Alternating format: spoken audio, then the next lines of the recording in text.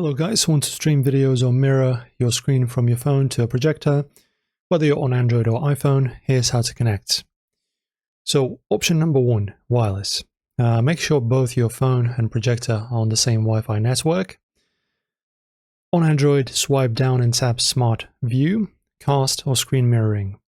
On iPhone, open Control Center and tap Screen Mirroring, then select your projector. Your screen should now be mirrored. This works great for YouTube, Netflix, or presentations. Then option number two is wired connection. For Android, use a USB-C to HDMI adapter or USB-C to a DisplayPort cable, depending on what your projector supports. For iPhone, use a Lightning to HDMI adapter, also called a Lightning Digital AV adapter. Plug the adapter into your phone, connect it to the projector via HDMI, and switch the projector's input to that HDMI port. Also, if you're using a portable mini projector, check if it supports screen mirroring via its companion app. Many brands like Anker Nebula or ViewSonic offer one. And that's how to connect your mobile phone to a projector in this year.